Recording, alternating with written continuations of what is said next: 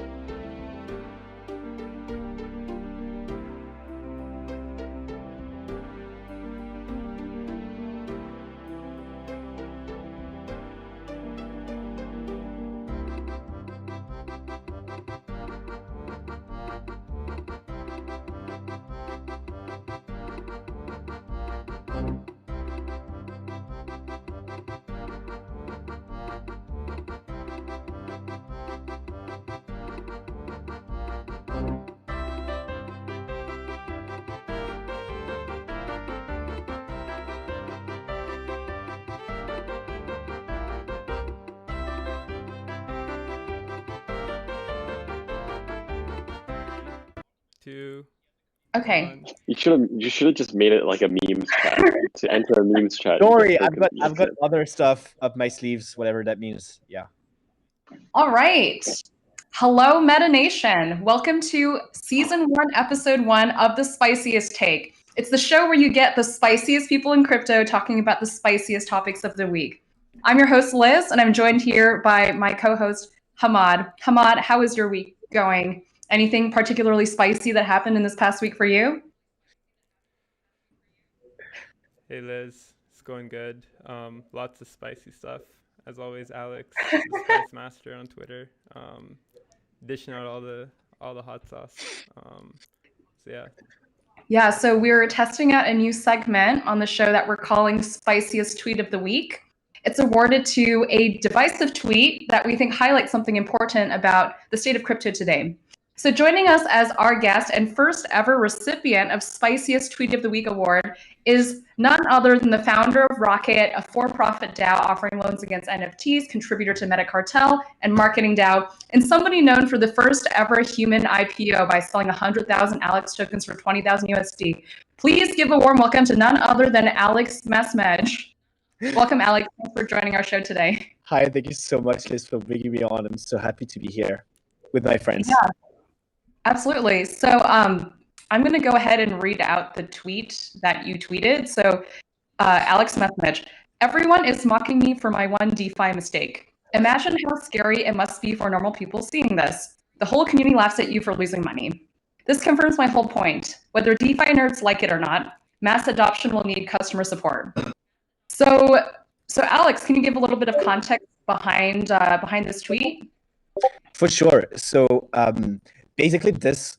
So I'm always super positive on Twitter, and I always share and market, and I'm always super positive. But it was something like 5 a.m. in the morning because I always take calls in like California time. I was super tired, and I never really spoke about the fact that I lost a big amount to slippage on a DEX aggregator back in March that I won't name, but basically there was no cover, nothing, and it's not really like a non-profit protocol. It's a for-profit startup that is raising funds, and I actually even introduced them to investors and stuff. And so I thought that I would deserve something back, right? Like a normal company. And so as soon as this happens, this really bad DeFi mistake, I'm on the call with the CEO, and he's like, sorry, but this is not a smart contract bug.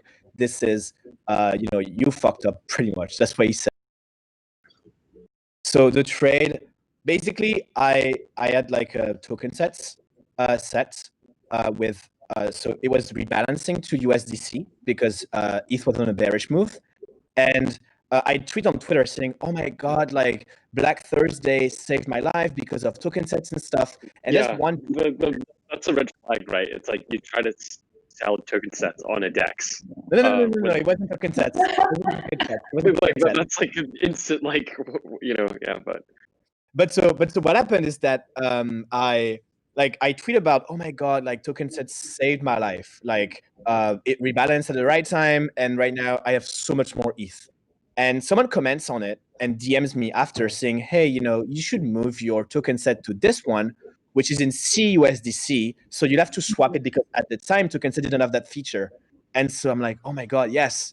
And I don't really double think a lot of stuff. So like I take all of my ETH out because actually like it was ETH, not USDC. And I'm like, in my mental model, DEX aggregator take care of slippage. Like there's like my brain is very dumb, I guess. And so like I go on 1inch because for me 1inch is the best, and by volume it is the best DEX aggregator. And it happens that 1inch doesn't have CUSDC, and it should have ring a bell like, "Alex, CUSDC is super illiquid. You are retarded." But I did not think that at all. And I'm like, okay, cool. And what's the second DEX I think of? And ECC French event is the week after, and I think about the French DEX aggregator, which I used. And I use it, and basically like they had a very, very clunky UX where it always says best rate, whatever. Like, and slippage was hidden. But then there's the second trade, and I see the second trade like 75% slippage. But I'm like, whatever, like I'll just trade it. And there was no USDC conversion, and we all know that CUSDC is not pegged 1-1. So I saw a huge number, and I'm like, that must be it, right? And unlike the company, because the company is actually stating that I was looking for a cool arbitrage because I thought this was USDC. No, I'm not that dumb. I knew that it was USDC, was not pegged 1-1, but I just do the trade. And then I look at MetaMask and I check, and I'm like, wait, like the USD conversion is like 75% lower. And like I start, I think, texting like a few people like Peter Pan and Cooper and stuff. And I had like a brief call with Peter, and like he was like, text some fresher and stuff. Every time he tells me this, like I don't do it. And so I spent the whole day in my room, and like I was like, I got cut some contract because of COVID, and now my net worth is reduced to like a mere like $2,000 or something. Like I was really, really in a bad position. It's fine now. I'm fine now. But like at the time it was so bad. And so the CEO basically, like, long story short, because it's like I'm going on a tangent here. He basically says, never tweet about this because you have a bigger presence than we do, and we would do like a PR crisis, and this would be really bad. And I don't say it, but basically last week I was like, fuck it. Like it's been 3 months, crypto in 3 months, like it's like 3 years, and like people forgot about this and whatever. And I tweet this, but like it was really, really spicy because like I'm French. This is a French company, and I'm close to the French system. But I was born and raised with Meta Cartel. Like this is my family in crypto. This is why I'm here. And so I feel less connected to the French people, and I don't mind about like criticizing them because they made like I fucked up with their system. It's not my fault. I mean, it is, but and so I said this, and like I got roasted so much, like DMs and like and like I think this is bad because like I'm not the dumbest person. Like I know a lot about crypto. And like if people like me are treated like this for one mistake in like 18 months of being in crypto, like that must be really, really bad. And I think the argument was nicely settled by Mark Zeller, which is like a fellow French person from Aave, who said there are two different kinds of people in crypto. They are the people who are like, from the maximalist, cypherpunk, you own whatever trade you do, etc. And then there's like the matcha latte, Steve Jobs groupie, UX first. And I'm like, well, yeah, this is me. Like, if we want mass adoption, we need to have way, way, way, way better tools. And right now, it's crazy that DeFi is growing a lot, but it does feel like the velocity is the same funds just moving exchanges. And it doesn't feel like there's much more money in. And there was like this analysis by one of the Token Daily co-founders about this. And so, yeah, if we want outside money from retail investors, institutional investors and stuff, we need fiat on ramp, meta transactions, layer twos, smart contract wallets, and a bunch of things that we just don't have right now. So yeah, this is kind of like the whole story. And I don't want to like bring bad PR to that company, but there's many companies in that area, and there's still like you are still allowed to do ridiculous mistakes in DeFi, and there's not many blockers. I don't see it as a. I'm looking at the tweet now. I don't see it as a mistake. This is just slippage, right? Like this is not specific to DexAg. This is like every DEX has this. Not only DEX aggregators, but every DEX has this. Every DEX aggregator has this. It's more like I think, if anything, it's like user ignorance is probably there's two sides to it. It's like as someone using DeFi, which is like fairly raw and open, right? You should know you should be educating yourself. Oh yeah, I know this. Right, but sure. There's like an argument that this stuff is also like what teams should be building and protecting against. I don't think it's their fault. Absolutely no. I also don't think it's I just don't see it as any of their fault. Like, that's fine. Voice that, so I don't really see it as poor PR. It's really just noting down like this is what happens when like you don't know people. This could happen to anyone, who's new to DeFi, right? Like what the hell slippage? Well, I have a screenshot. Like this was still very, very weird, but yeah, of course, like this is completely like I clicked like confirm on MetaMask. That's fine. This is my fault, but like Meta, 1inch would have blocked it. 1inch would have blocked it. 1inch would have showed the USD conversion. Uniswap would have blocked it. Now they call it price impact, which is actually a way better term than slippage. So a lot of others I've blocked it. I just happened to do the one, and so as soon as I did it on the call with the CEO, 5 hours later he's like fixed it, and then I saw literally they copy pasted 5 features from 1inch straight away just to catch up. Well, it's a small modal. It's a web app. It's a small feature that the whole DeFi industry generally is pretty shit against. Again, people can just click away the modal. On other decks as well. It's not that big of a guardrail, anyways. No, right. This is like my mistake. Some friends told me, you should maybe negotiate a UX bounty because they got way better because of me, but they never did, and that's fine.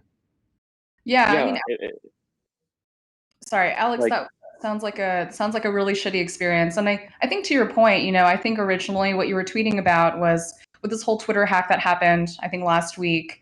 Coinbase blocked it, but I get it. Like Peter Pan would say, Coinbase is totally different. It's like ignorant consumers, and so it's more their role than Dex's. Dex's is the Wild West, and I should not expect Coinbase standards in the Wild West, and that's totally a fine argument, and I'm fine, and that's fine. I got wrecked.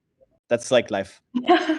Hammad okay. So now let me say this. If I never got wrecked, I would have never raised $20,000, and I told the Modi this.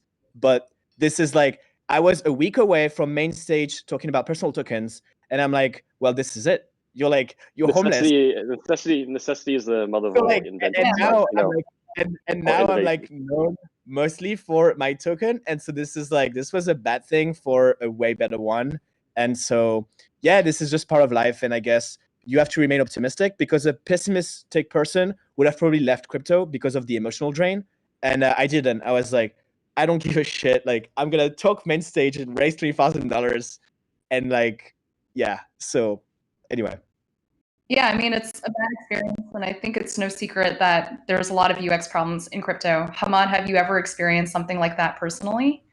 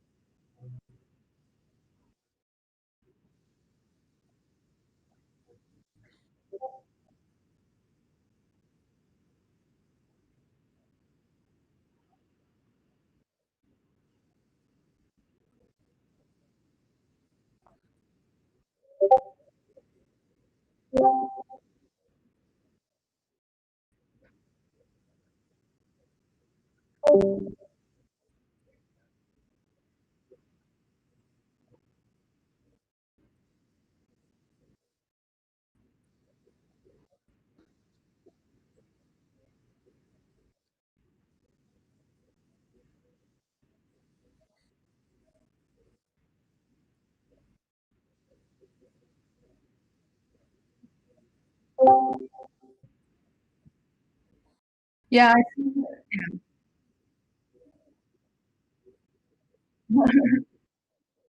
It's very demanding. It's very demanding to say, there's another side to it where it's like, yeah, you should be perfect, you should do this and that, but it's just demands, right? And building this shit is hard. Like, it's not easy. This stuff is all moving so quickly, and it's not easy, And I would take that shit, there's a small mistake there, and there's an ignorant user on this side. Both things came together, and usually when catastrophes happen, right? Never usually one thing that goes wrong. yeah, Always like a couple. the Titanic, there's the iceberg and there's the Titanic. Yeah, it's always a couple things that kind of couldn't conflict and collide, right? Yeah, so I would say, yeah, but also give it a grain of salt that, like, it's not easy. It's like it's a rolling process, right? Yeah. And so nowadays Matcha Latte just came out, and it's funny because it looks more like the flight aggregator than like a DEX aggregator. And, yeah, it's beautiful. It's beautiful. Yeah, it's beautiful. And I would maybe expect to be more demanding if I fucked it up on there, because their expectation is to serve customers versus a raw DeFi protocol that's just like smart contract front end. So yeah. Anyway, so nice. Yeah, I think this really comes down to this age-old debate within crypto, which is, who is really the target user, and how big are we trying to expand the scope of it? If you talk to people who work at Coinbase, they'll say, well, these crypto purists are really trying to, limit it to like 50,000 users that are like ideologically pure, as opposed to opening it up to like potentially billions of users. And people who I think are on the other side of the spectrum of the debate would say, well, if you are more centralized like a Coinbase, then you kind of don't really take advantage of some of like the superpowers that DeFi applications have to offer. So I don't think that debate has necessarily been settled. And I think it's one of those things where we'll probably look back like 20, 30 years from now and be like, oh, that's interesting how that actually played out. Yeah. But yeah, only time will tell. Cool. So we can go ahead and move on to our next segment. Alex, feel free to hang out as well. Yeah. Our next segment is Thank you so much. Thank you so much. I'm gonna have to leave because it's super sure. exciting. Go ahead. But thank you so much. And bye, Liz. Bye. Peter, Hammad. Bye. Have a good weekend. See you, Alex. All right. So then going on to our next segment, it's called Peter's Pet Peeves. So we have Peter here from Meta Cartel. Peter, you have the floor. What's something that is peeving you this week? I'm gonna rebel and say not a ton. That's okay. I'm trying to not be that angry nowadays, but Difficult in these times. I mean, I don't really know the core idea of the segment. Maybe it was just to get me onto ramble, and go on a tangent again. But I kind of sort of did that with Alex. Yeah. Like, I don't. It's yeah. I just Yeah, don't see it's it. like Peter's like so weathered down. Peter's so weathered down from like being angry all the time that like there's nothing left Yeah, to anger. Like the it's like anger when is you're just so like desensitized. completely Yeah. extracted. Yeah, You hit rock bottom, and That's fair. That's good. nothing can annoy you. yeah. I generally So don't like that. what makes you happy Okay, then? there's something that annoys me. I mean, there's a bit of I really don't like self-righteousness to some extent. I am self-righteous, different areas, right? But it's like, I think Mhm. the idea of you should do this, you should do that, Yeah. and it's like a lot of the criticism towards DeFi teams is just unfound to some extent, right? But also for example, what's her name? Taylor. Taylor from My Crypto. She's extremely critical, right, against DeFi projects around security, right, auditing, how it's responsibility. And I totally agree. And then the thing is, it's like when, and then for example, last year when ION finance was kind of compromised, right? The whole community jumped on the bandwagon to attack Andre, right? It was kind of hilarious that just everyone flipped so quickly. And then one side of the self-righteousness group was just, or the critics, right, were just like, hey, we should be righteously angry and kind of almost like pseudo attack Andre, right? Because it'll prevent and discourage further examples of reckless behavior, right? And then now we have over $400 million sitting in something that's just completely unaudited, and it's like he's just not talking to anyone. He's not even having support channels. It's like maybe this is an outlier, but just goes to show that it's not how you think it'll play out, right? Definitely think there's a lot of lack of humanity, just treating builders generally, right? But then it's like, yes, high standard. It's not black and white, is what I'm saying, right? And this righteousness Definitely. from I guess, standpoint of this black and whiteness kind of pisses me off. I would say that, especially just a slippage. It's like, oh, Paraswap didn't have a moat. It's like, look, it's no one's fault. It's definitely not theirs. I saw the thing, and it's like absolutely not theirs. Circumstantial. Maybe you can have different arguments, but in my view, it's like, it is what it is, right? Yeah, definitely. I think it's like the people who are trying to push the boundaries the furthest are kind of admonished the most. And it's kind of crypto's version of cancel culture. Yeah, it's cancel culture, right? Where if you can't, people can't be afraid to push the limits, right? And we kind of have to accept that we're living in pretty crazy times, and we're trying to do pretty crazy things, so there's going to be collateral damage as a part of it. And yeah, people just don't let mistakes happen, I guess, which is not fair, because we're not going to ever grow until we make mistakes over and over again, right? Success looks like a series of failures. That's what they always say, right? So it's there's going to be failures along the way. DeFi's going to get more reckless. It's an opportunity to get better. Yeah. People can get more and more reckless. It's a positive feedback cycle, encouraging more risk taking, more recklessness. And it will peak at some point, and it will something goes wrong. It's not even a matter of if it will. It's when, right? Because it's I see it as a living organism almost, right? Way back in 2014, that was the single cell organism. 2017 was it's this a sea organism, whatever. And then it's getting super complex, right? The layers and layers in which we are doing stuff in is we're building a house of cards essentially, right? Because there's no guarantees at any part in that stack, right? So it's kind of I think it's weird, because this whole there's this balance of decentralization and having liquidity and all this sort of stuff, right? We're decentralized, but if we all rely on the same set of underlying blocks, how decentralized are we really? We're centralized on a decentralized platform, because it's different dimensions to centralization. Because, you know, if things are properly decentralized, there wouldn't be like single points of failure that cause like, you know, catastrophic things to happen. But you also need, you can't just have everything completely decentralized, because then nothing's take a connected risk, to anything right? else. You pick what you want. Yeah. You know, self-serve finance. That's what it is, right? Like, And that's you know, you pick which scoop of the ice cream it's a you thing pick which too scoop of the ice cream you want in, you know, your cone, or whether you want a cup. And then, you know, you maybe you want to stack them high, and maybe like one, you know, scoop falls off because you're like just being too greedy, right?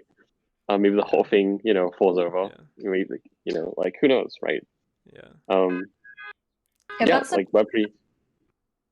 Yeah, I was Oh. just gonna say, like, you know, Web3 just definitely getting to a point where there's so many different corners of it that are totally almost ignoring each other. You know, like the NFT crowd is totally mostly ignorant of, like, you know, the DeFi space, and many of them don't even know what DAI is, right? That's surprising. Yeah. Last year, you know, when we did DAO Soccer, like with Known Origin, we did an art commission of like, we want to create Osaka, like, you know, kind of I guess Japanese, you know, art NFTs for like Osaka DevCon, right? And we were trying to tell people when we sent out, like, you know, these like newsletter emails about, you know, you have to pledge DAI to invest into this DAO, right, to get, you know, returns. People were like, what the hell's DAI, right? But, you know, then there's like this crypto scene, right? This DeFi Main Street, where it's like, you know, some of them are plugged into the NFT space, most are not, and they're just gambling again. You know, it's a big casino, right? And yeah, it's like a good sign that, you know, we're getting somewhere, at least. To be honest, even just within the pure crypto space, right?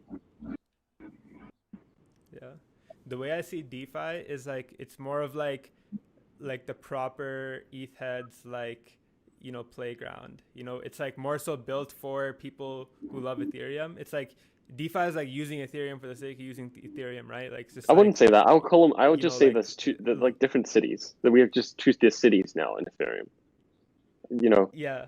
But the thing is like a lot of things like in the NFT space. Yeah, no, they don't like, care yeah, about but Ethereum. like the They relationships. care about NFTs, right? Whereas like, yeah, the relationships, you know, like in terms of users to projects, you know, in DeFi are transactional, right? But, you know, so is the NFT space. Fun is a transaction. Yeah, definitely. You know, it's pretty hypocritical to say that, you know, just because it's money, it's not transactional, right? They're both built on the same things. People are there for a reason. You know, something that for sure. But like the cool thing is with NFTs is that it feels like it's the first place where crypto has found somewhat of a product market fit outside of like just a purely like money. Yeah, like, so I think that's really interesting, because that I feel like is going to do more to drive mainstream adoption than the finance part of it is, just because of like, you know, the additional risk and the additional like, you know, Wild West that when you have a lot of money on the line, what happens there. Not to say that money isn't on the line with art, but with the art side of things, there's a lot of use cases that, you know, you don't have to know about DeFi, right? That's the cool part, is like the fact that they didn't have to know about DeFi to be using Ethereum for doing whatever they are. I think that's a good sign that there's other things sort of coming in.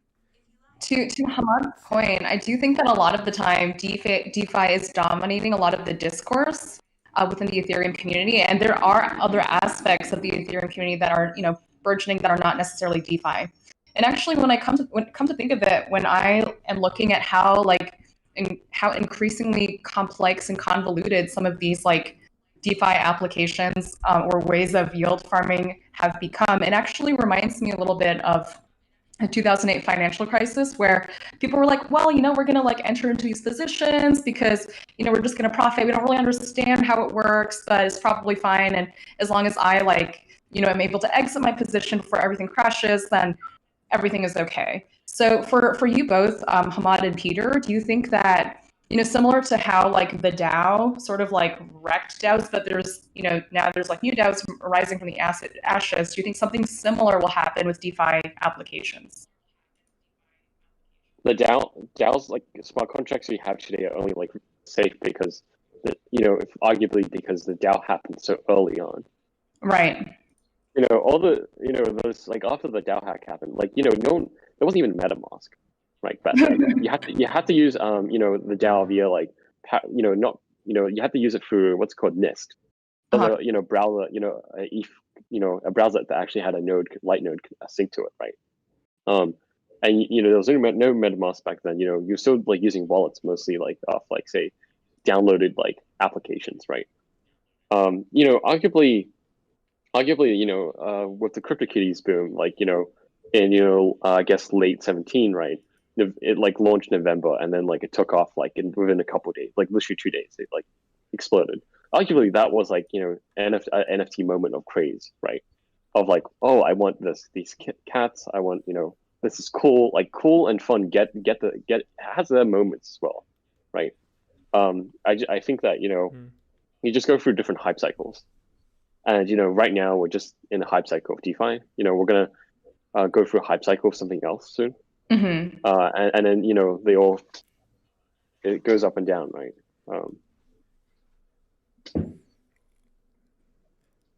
How would you say we can do it better or do things better this hype cycle versus how 2017 went? It's funny you mentioned Liz, you mentioned like 2008. It's like at least it's like people in their homes. At least it's like people. Let's say DeFi crashes. Well, I'm kind of. We should, to be honest, that's fine. Because it's like most of the same people doing. Like in DeFi, like they're just circulating money around, and it's not like a ton of new people being exposed to this. So it's like fair game, to be honest, if it crashes. Like power users in a game, right? Like it's like I saw this like newsletter from the Token Daily, and they were saying, well, there's not like a ton of like new wallets that are being created or whatever. So to your point, No, Peter, it's a lot of low liquidity, just like money being flown around. Yeah. Yeah, you're right. I think that's a good I think that's a good point that you raised, where in the 2008 financial crisis, like people lost their homes. And right now, the consequences of one group, I mean, that will happen. Like, yes, there's always going to be some of that, but when it's like the people pumping, Wi-Fi, that they're the ones who are going to be who most likely going to be responsible for its downfall, if ever. Right? I think I'm pretty long Wi-Fi, to be honest. It's like the great meme, but anything that goes up quickly, can also come down very quickly, especially if like the current, DeFi markets are like basically all of these tokens are just like pretty low liquidity in many senses, right? And they go up and down very quickly. Can you guys explain, like, okay, what is going on with Wi-Fi? Why are the prices so high? I've purposely tried to like block it out of my mind just because my Twitter feed is like entirely spammed with it. But like, what's going on? I'm still trying to get my head around it, but essentially, Wi-Fi is like this, it's a yield bouncer. It allocates, a group's funds into different protocols, right? And kinds of helps people earn a high APR, right? Mm-hmm. Right now, it's like it's using mostly Curve and Aave, and the thing about it was that I guess there's this counter narrative that's happening, right? I guess this is very similar to 2017, right? Where like there was this like sense of disillusionment, right? From that era where it's like just VCs invested early on and then like pumped and dumped, right, the markets, right. In some sense, it's happening in DeFi right now as well, where we've seen some you've seen some of that behavior, and people like there's a general distaste for like investors in general as well, because they're the ones who are rich, they're able to front run everyone, they get the best profits, they leave with everyone else holding bags, right? So Wi-Fi, this token, right, was generated with no pre-mine. Okay. Andre just built the system and like launched it on Twitter. Didn't really tell too many people, and whoever were insiders may have gotten early, right? To mine to get the token, you needed to mine it, right, by depositing funds, right? And yeah, like it was just a very, very fair distribution of the token, and hence there's this like meme of like this is the BTC of DeFi, because it's like a sole founder. They're kind of like apparently hold no Wi-Fi, and if any, they had to mine it themselves too, right? The founder?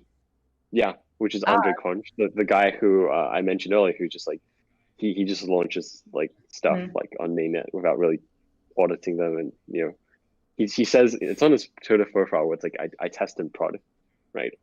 Like so yeah, and then I guess the sentiment of like the general DeFi crowd, really resonates with that idea of like fairness, right? Which is the counter kind of narrative against all this like, insider, venture capital investors and such, right? That are getting the profits. Yeah.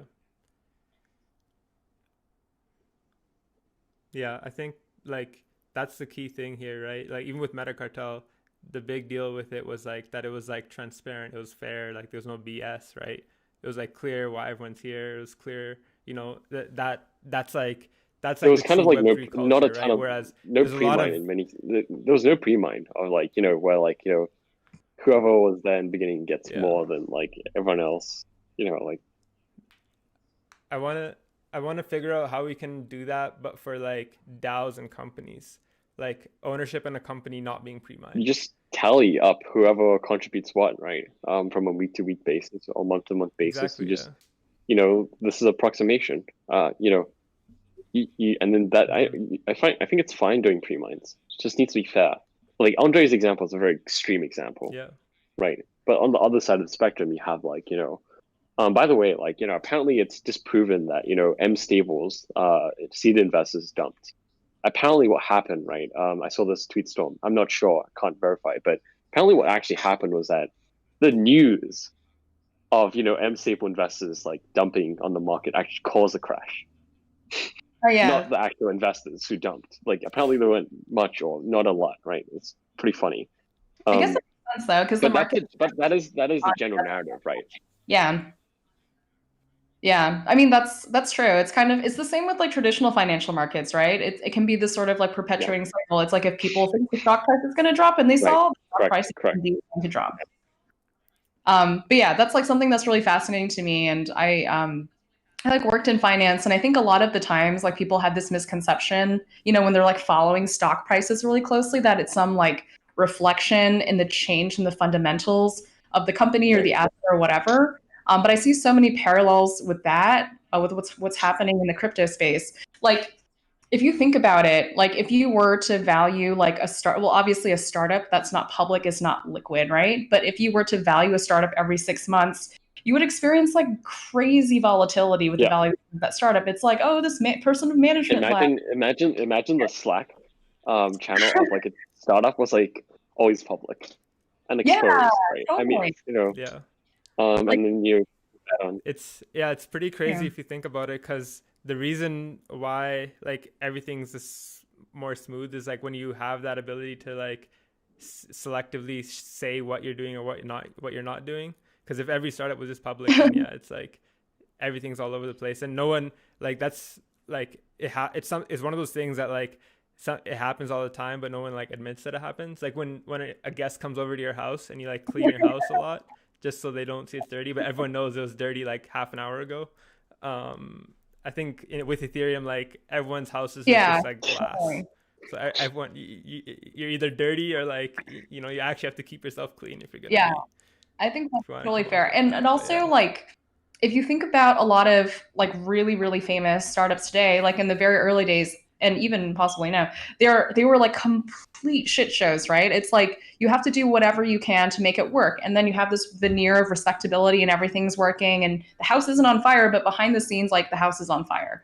And for example, Jesse Walden tweeted about how like in the early days with Spotify, they were actually using BitTorrent to like put songs onto the platform. In the early days of Airbnb, they were scraping Craigslist. In the early days of Tinder, they were creating like fake profiles of like hot sorority girls to be able to seed the marketplace. And I think the takeaway for crypto there is like, there's so much that we're doing that I think feels like we're like scrambling to keep pace with, I guess, if we're talking about DeFi with like traditional financial markets, but I don't think that's necessarily like the right analogy that we should be making, because what we're doing is totally different. Something that I think is interesting to think about sometimes, so right now, obviously GPT-3 is like a big topic on Twitter. So I have a rant about that.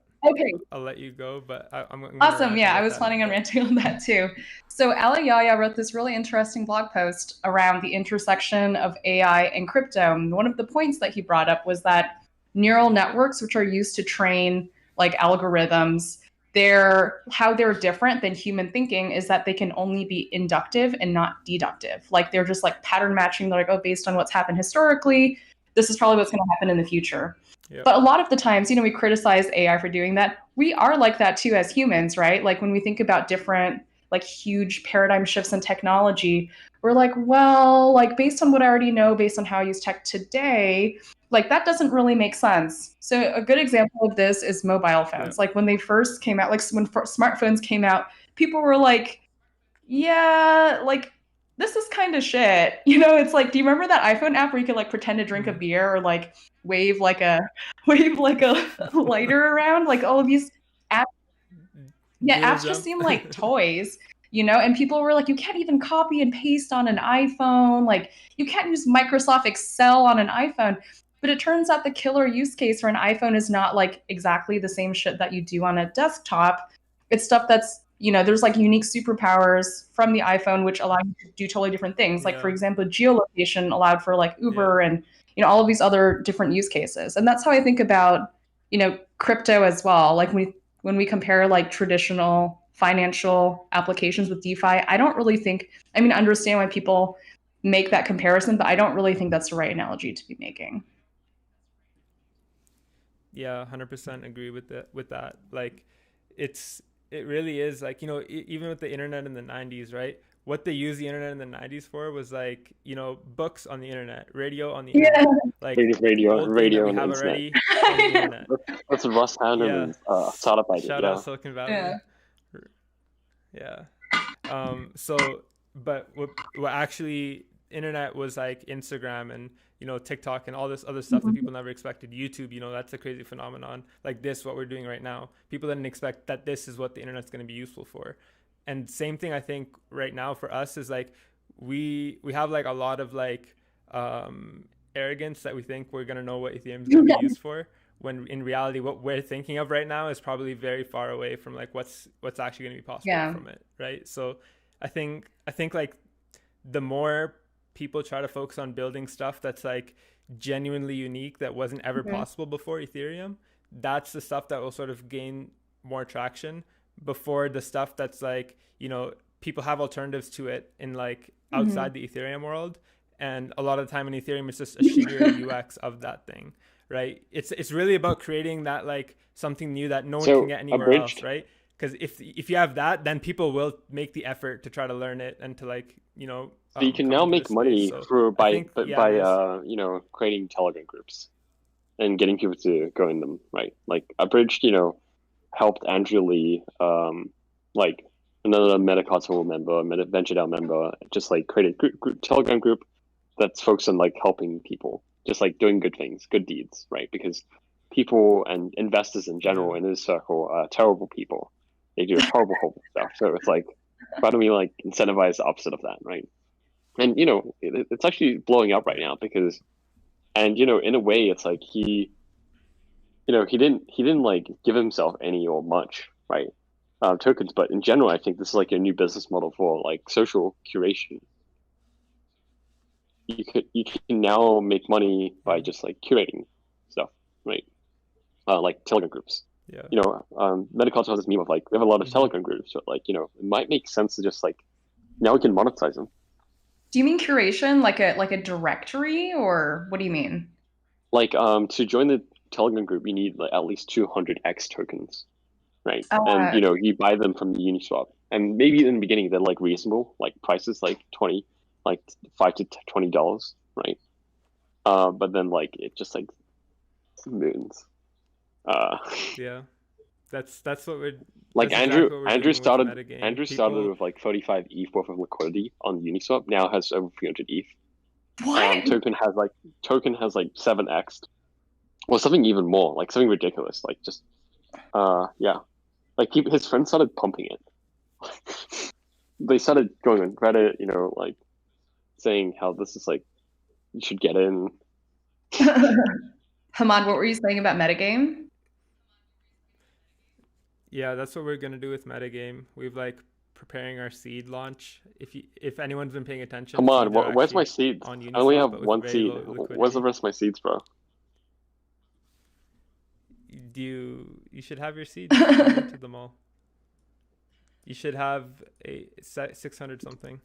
But yeah, I think seeds are. I'm gonna check. We're gonna do exactly that. People got pissed off on our Discord just because we deleted or like we kind of removed permissions for everyone to access the channels if they weren't like official players. But yeah, we're gonna be doing that, sort of like putting up token barriers into the communities as like a ways of funding the work in that community, which is fun. Yeah. Question from chat. Peter, as someone in the VC space, what do you think of the ramifications of crowdfunding in crypto will be on the VC field in general? I like that it opens up to smaller funders.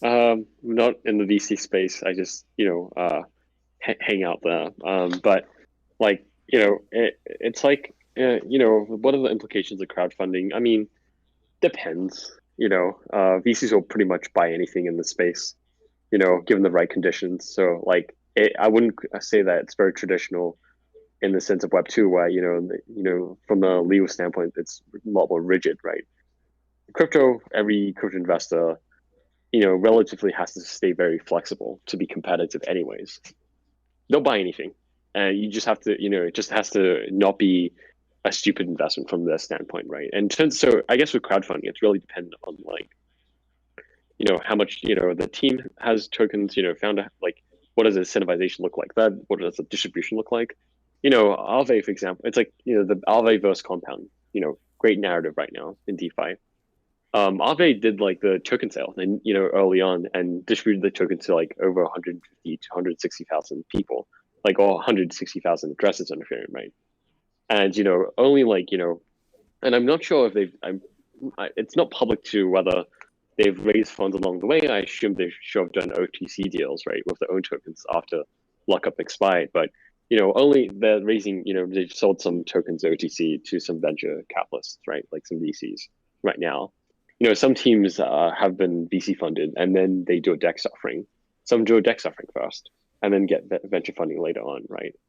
It's rare to definitely see like ICO era team, like a team from the ICO 17 era, right? Kind of like do a crowdfunding and then like raise VC funding. But it shows that, the flexibility of the environment that we are in, right? Clearly. Yeah. I think what's interesting as well, speaking of VC funding versus crowdfunding, is that like if you look back a couple years ago in crypto, like the vast majority of funding for new projects was coming from ICOs. I mean, if you look at EOS, for example, that's like $4 billion they raised in a year-long sale, which is like, absolutely mind-boggling. But nowadays, if you were to look at the numbers in terms of like what percentage comes from something like a crowdfunding or versus traditional VC, it's like vast majority traditional VC at this point. And I think one of the reasons there's like multiple reasons for that. One is obviously from a regulatory perspective, no one wants to, invoke the ire of regulators and have to like pay back, the that early at least. Even Sorry? all of DeFi right now is under a huge there's huge risk of just regulators coming down and being like, we're shutting the party down. It's a very it's super real. I think yeah. That's still yet to happen, right? It's like, what is sufficiently it's obviously it's definitely not tradition, right? It's about like who's doing the work. Are people doing this buying comp tokens, right, or any other tokens in the space because why are they doing that? Is it because they're betting on the team, right? Is it because another the core team, they have belief in them, or is it for something else, right? For another reason? Who else is working on the thing, right? It's really hard to say, but we're yet to see that hammer drop, to be honest. Yeah. Go ahead. You see it with like Web2 companies as well, like all the shit that Uber was pulling when they were first starting, like they're breaking a lot of laws, right? And I wonder like how much of it is going to be like we put the pressure back on rules to change versus we just kind of like given into what regulators say. That like how I think that the only way to really change regulation, right, is to create, it's almost to break, from my point of view, from what I've learned, a lot of lawyers might cringe at this, is almost like to create, but, behind, I've talked to this with other folks, right? But it's to kind of create widespread, grassroots, shift in behavior, and practice, right? Like you can't regulate the entire United States if everyone starts doing DAO offerings, like, by in their own communities, right? Like, or token, like it's very hard to like regulate very, very small small activities in, across a wide area. But, if some, like, for example, but they can kind of, that's why they're incentivized to stomp down on things they don't like to, want to see more of, right? They've been very, regulators have generally been very ambiguous in like defining what is sufficiently decentralized. They've hinted towards that there is such a thing, and they're definitely open and also willing to accept the idea of like these decentralized crypto networks that exist, right? They're different to the traditional business structures. They acknowledge that and they accept that, right? As we've seen through like, I think this year, I'm not sure. There are like, proposals to introduce safe harbors that allow you to like raise funds in public as long as you like get to decentralization, right? But most people think it's just like tokens, but it's really not. And I think that's the sticking point. It's like, it's not just about token distribution, but rather like, community contributions, right? Who's actually maintaining the project? If one party goes away, is it, is the project dead in the water or done? Or is it, like, is it reliable or dependent? ETH isn't a security because of this. The miners incentivize themselves to, maintain, kind of participate in ETH governance, for example, right? And, continue mining for their own incentives. Devs have their own incentive. Consensus has their own incentive. The EF has their own incentive, right? They come from different directions. And if one of them is taken out or goes out, right, lights out, it's fine. And, if Vitalik, if something happens to him or whatever, right, he goes away, leaves crypto, whatever, or ghosts everyone, crypto is fine. Like Ethereum will be fine. Maybe there's a price drop, but, that's just news. But nothing, that's decentralization, right? What we see right now is just like a lot in DeFi. It's a lot of like just soft voting. Like we vote on what we want, and one team will do all the changes for now, right? And MakerDAO, it's just like pretty, MakerDAO is like this foundation controlled by one person has all the funds, right? And they control how they deploy the resources. But hey, like the community gets to decide on the economic protocol. It's definitely one of the more forward-thinking experiments earlier on that emerged from Ethereum, but that's arguably just a business corporation that uses crowdfunding, that crowdfunds, and some of the decisions. It's centralized, right? Team goes out, GG, like make your price will crash.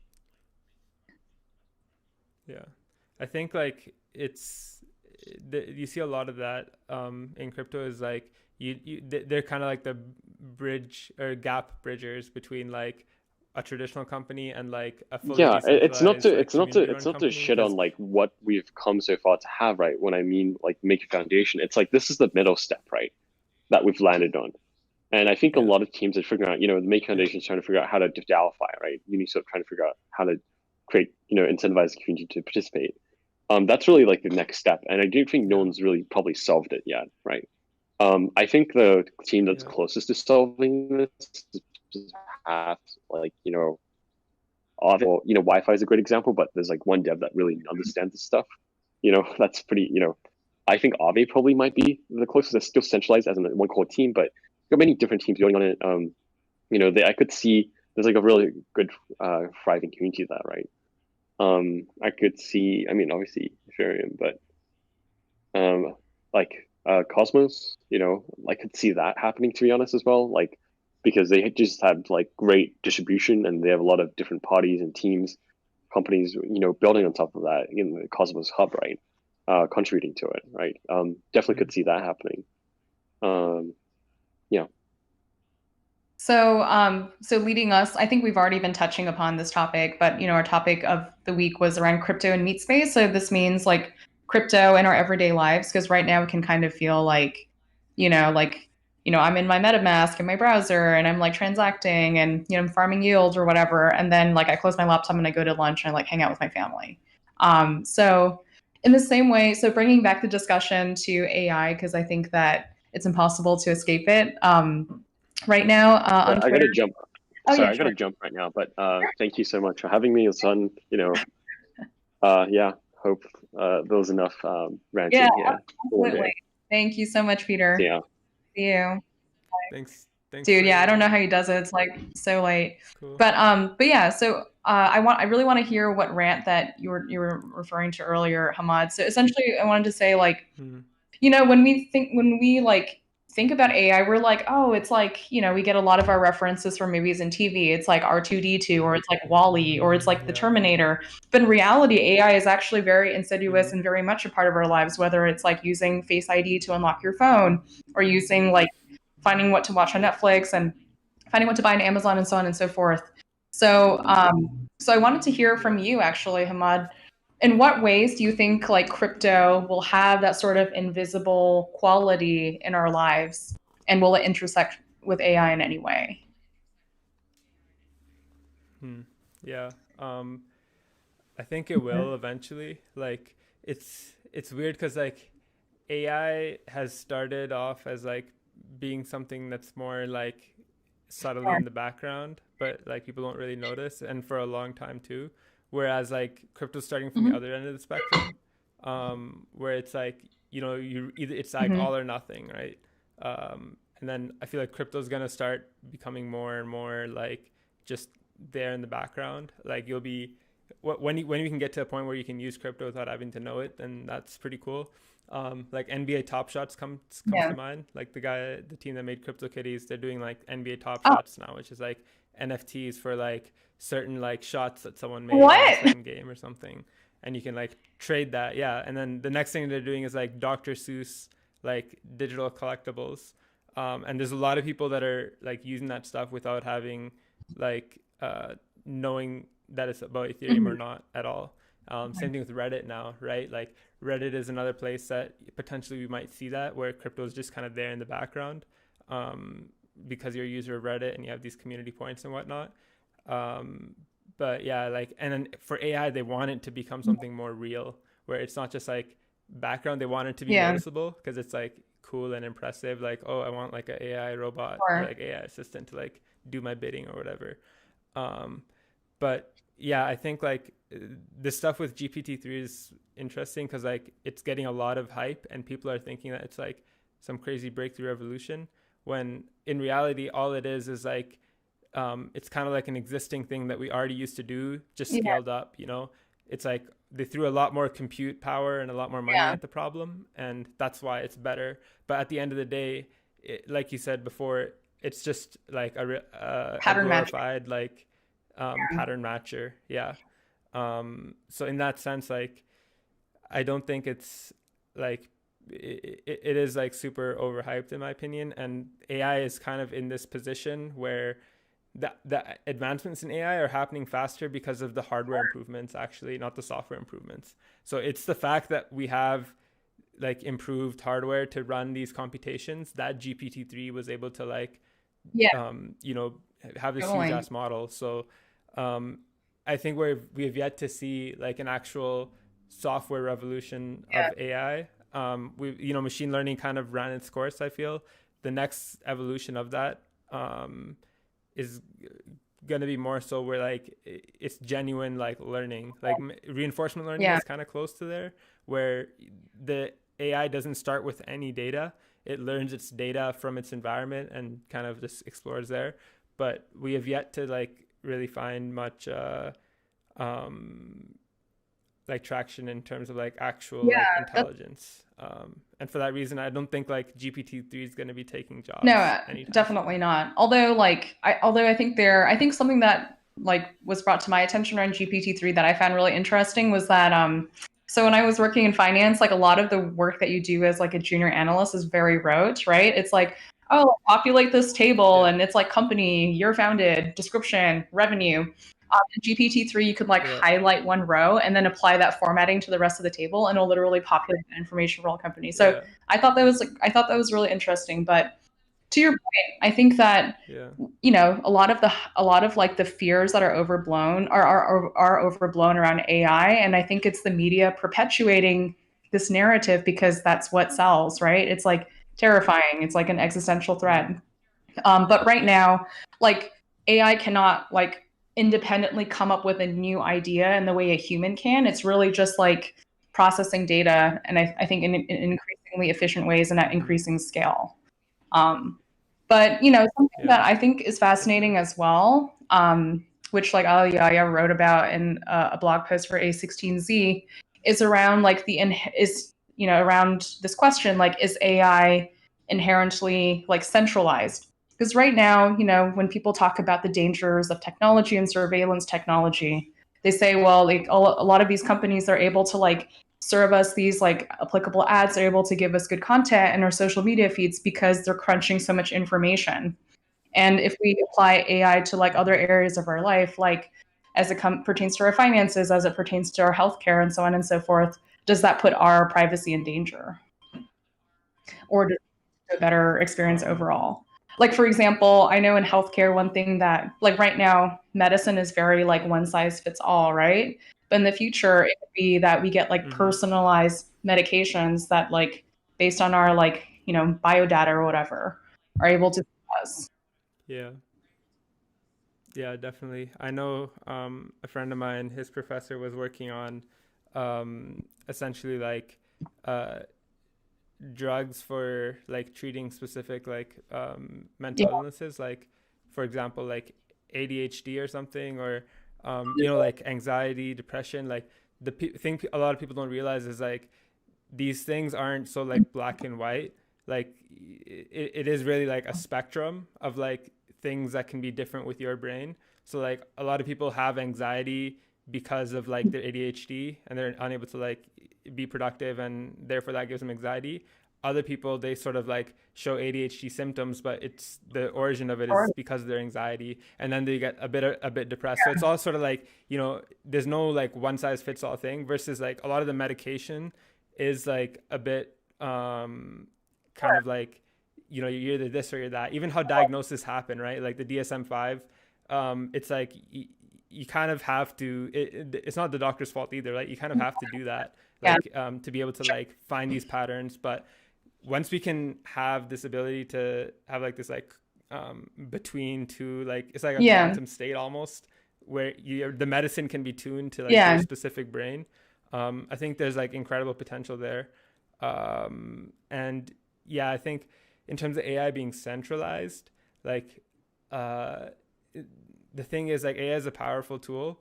So like the central authorities are always going to have the best version of it, right? Like if you look at the military had like GPS technology in the 90s that was like accurate to like 1 centimeter placement, right? So that's always going to be a problem. I think it's more so, I guess, the privacy thing.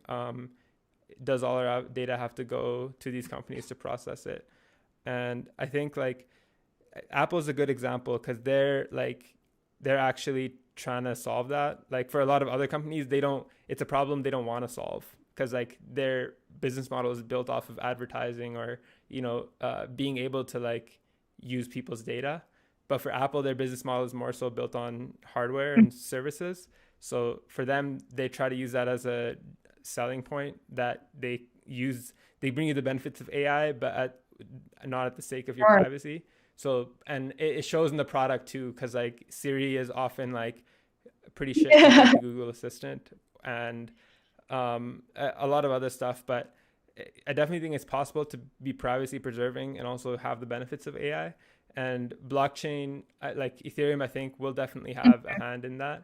Like AI and blockchain, they're most likely going to converge in a significant way, because like the AI is something that's good at processing a lot of data on like what's going on, and blockchain produces a lot of data on what's going on.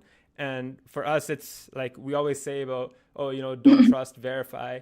How many of us actually go into like the block explorer and verify the transactions, or like, so in that way, like I think AI will there'll be a tandem there. I'm gonna. with- Unfortunately, I do have to run because I have another call. But for this week's meta brief, I'm planning on writing on the intersection of AI and crypto information. Crypto helps prove like the provenance of this information. AI helps crunch that information. So I think that I think how that all plays together will be super interesting. Well, thank you so much for that really insightful conversation, Hammad. Always enjoy chatting with you. And thank you, MetaNation, for tuning in. Have a great weekend, and we'll see you next time. Bye, everyone.